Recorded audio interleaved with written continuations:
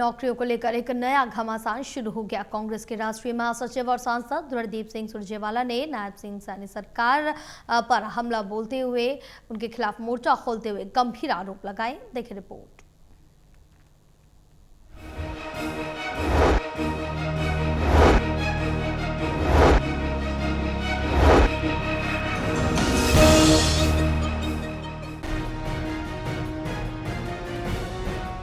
दिल्ली आवास पर press conference करते हुए कांग्रेस नेता और सांसद रणदीप सुरजेवाला ने हरियाणा बीजेपी सरकार पर बड़े आरोप लगाए हैं। सुरजेवाला ने कहा कि बीजेपी सरकार एक सोची समझी रणनीति के तहत हरियाणा के युवाओं के हक पर डाका डाल रही है। रणदीप सुरजेवाला ने हरियाणा सरकार के सर्विस फार्मूले पर तंज कसते हुए हमला बोला है।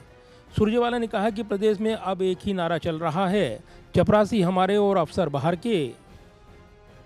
एक चिर परिचित फॉर्मूला है श्रीमान नायब सैनी और भाजपा सरकार का हरियाणा में, चपड़ासी हमारे और अफसर बाहर के। ये बार बार बीजेपी की सरकार हरियाणा में साबित भी कर रही है और लागू भी कर रही है। इस दौरान सुरजेवाला ने आंकड़ों के साथ दावा किया कि क्लास 1 से लेकर क्लास 3 तक की भर्तियों में हरियाणा के युवाओं को दरकिनार कर बाहरी राज्यों के उम्मीदवारों को तरजीह दी जा रही है।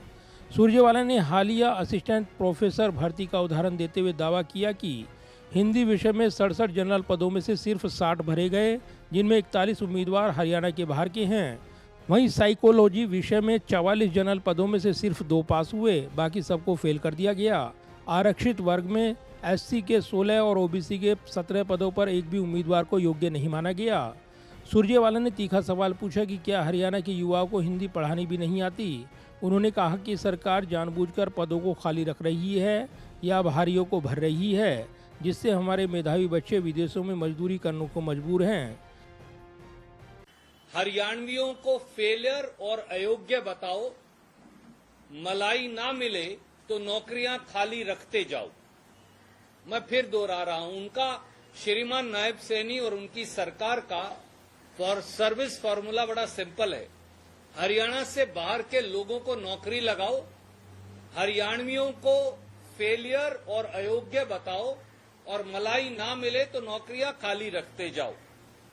हरियाणा के बच्चे विदेश में मजदूरी को मजबूर हैं और बाहर के लोगों को हरियाणा में अफसर बना रही है सरकार।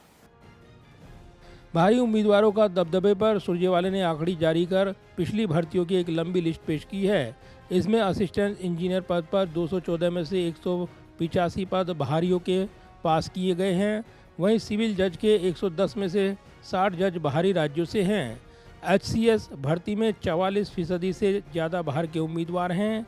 वहीं बिजली विभाग में 80 पदों में से केवल 2 हरियाणवी की भर्ती हुई है।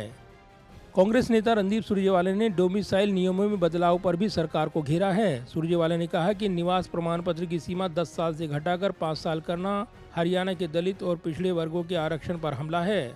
सुरजेवाला ने HPSC के चेयरमैन के बयान की भी निंदा की है। वहीं सुरजेवाला ने इस मुद्दे पर श्वेत पत्र लाने की मांग की है।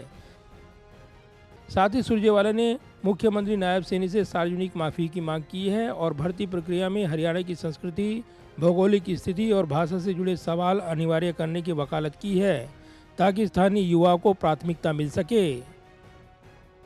कैमरामैन विदाब्री के साथ प्रदीप कुमार, टोटल न्यूज़, दिल्ली।